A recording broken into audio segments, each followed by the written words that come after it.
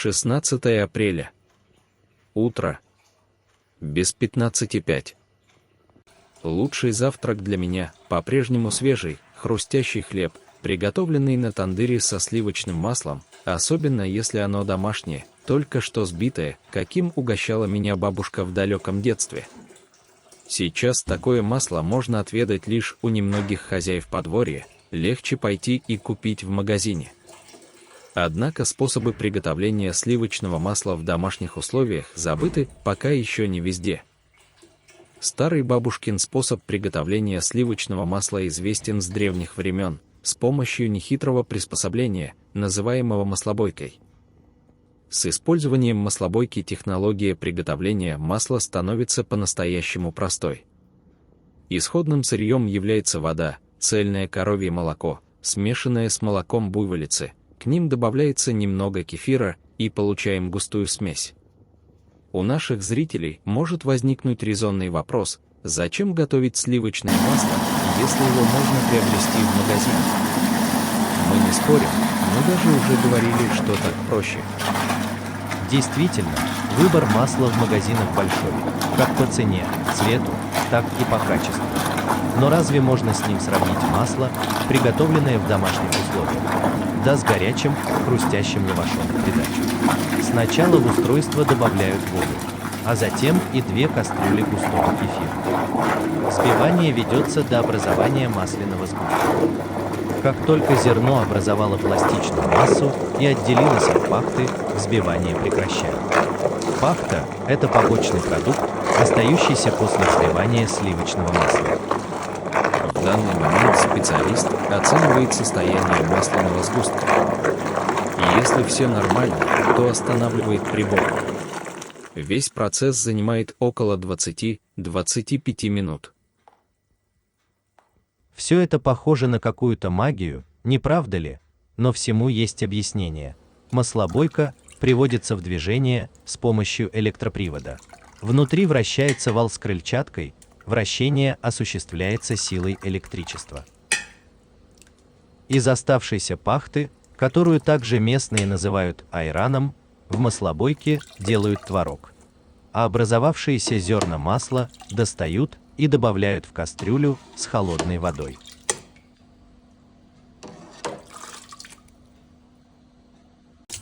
Затем с помощью струек воды избавляемся от оставшейся пахты. Слив пахты является обязательным условием, так как это серьезно влияет на срок годности масла. Также оставшаяся пахта изменяет вкус данного продукта. Оно становится кислым.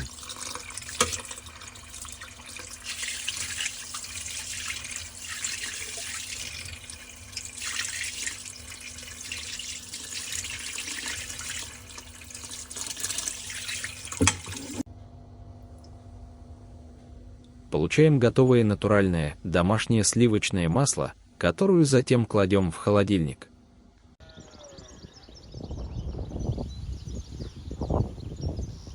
«15 минут 6-го.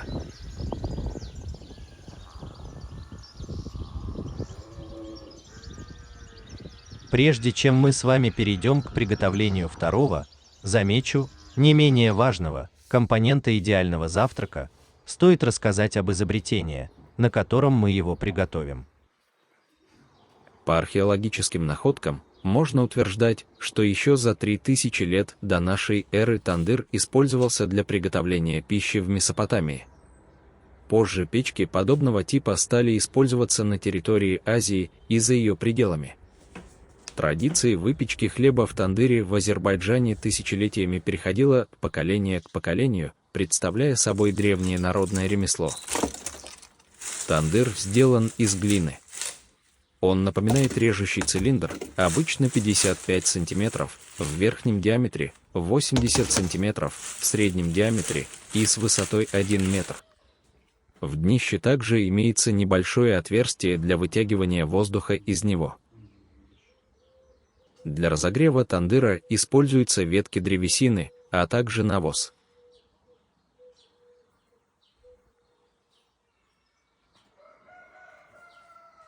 Для приготовления теста нам потребуется вода молоко, мука, соль, дрожжь. Данные виды продуктов смешиваем друг с другом до образования формы теста. Получившееся тесто укутываем в одеяло до тех пор, пока оно не поднимется до определенного размера. В среднем это занимает 1 час.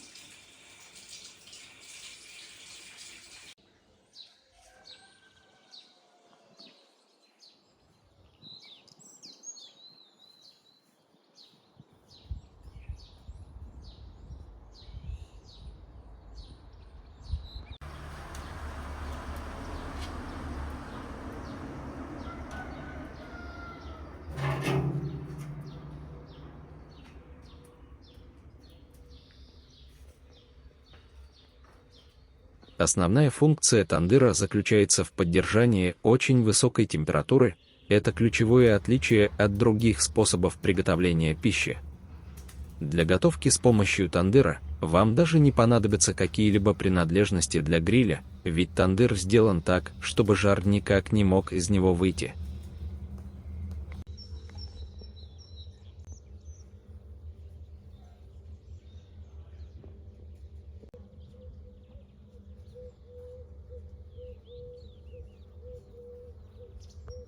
После того, как тесто настояло, начинаем делить его на порционные части.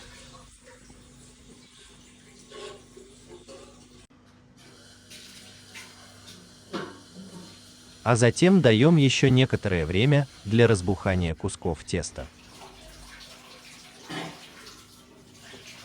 Разогретый в течение часа, 1,5 часов, тандыр долго отдает свое накопленное тепло пище.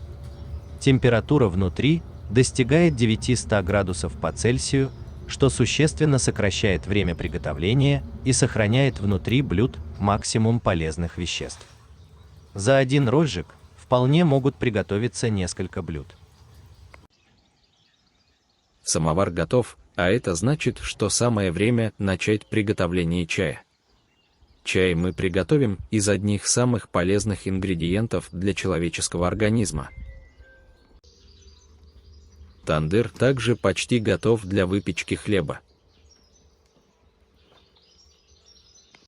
Перед тем, как мы разместим тесто в тандыр, мы будем использовать следующие добавки: кунжут, черный тмин. Это является дополнительной опцией.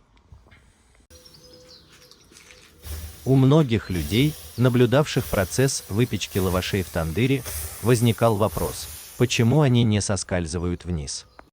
Это можно объяснить тем, что тесто мгновенно прилипает к смоченной водой стенке печи. Сама стенка разогрета до очень высокой температуры, которая способствует удержанию лаваша почти в вертикальном положении. Добавление же айрана к стенкам тандыра придаст нежный и ароматный вкус нашей выпечки. Куски теста сажают на стенки с помощью специальной подушки, вырезанной по размеру лаваша. Делают это в рукавицах до локтя, чтобы не обжечь руки. Опытные хлебопеки набрасывают тесто на стенки без приспособлений. Бросать нужно умеючи, чтобы оно расплющилось, стало похожим на хлеб и крепко держалось на вертикальной поверхности. Пока лепешки выпекаются, их сбрызгивают водой.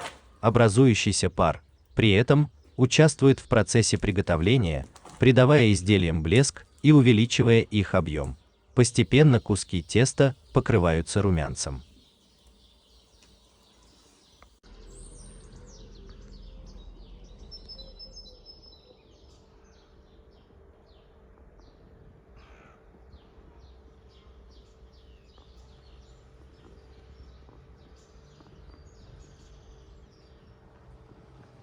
Для приготовления чая нам понадобятся следующие ингредиенты. Чайная роза, ее мы добавим, так как она улучшает работу системы пищеварения, нормализует работу нервной системы, а также укрепляет иммунитет.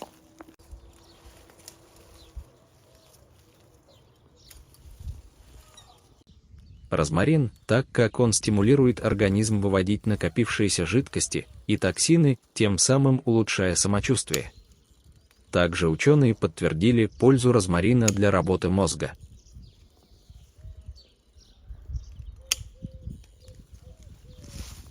кумкват или золотой апельсин, так как стимулирует интеллектуальную деятельность, защищает сердце, способствует профилактике от инфаркта, инсульта.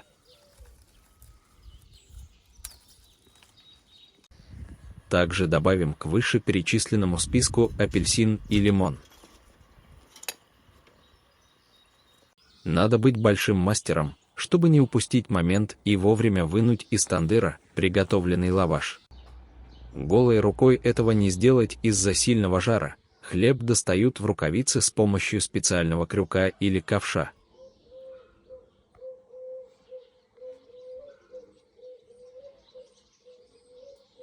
И вот уже стопка распространяющих вкуснейший аромат румяных лавашей лежат на стойке.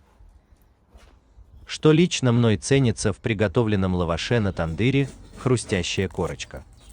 Мне не доводилось видеть, слышать, чтоб такой же звук хруста получился от лаваша, приготовленного в духовке. Да и вдобавок к этому, это еще очень вкусно. Вкусно так, что пока ваш мозг не сигнализирует вашему желудку остановиться, вы будете продолжать есть, не замечая того, что половина лаваша уже отсутствует. Почти все готово к нашему идеальному завтраку. В завтрак также будут входить домашний сыр и домашний творог. Приготовление данных продуктов имеет схожий алгоритм, как создание сливочного масла за небольшими исключениями.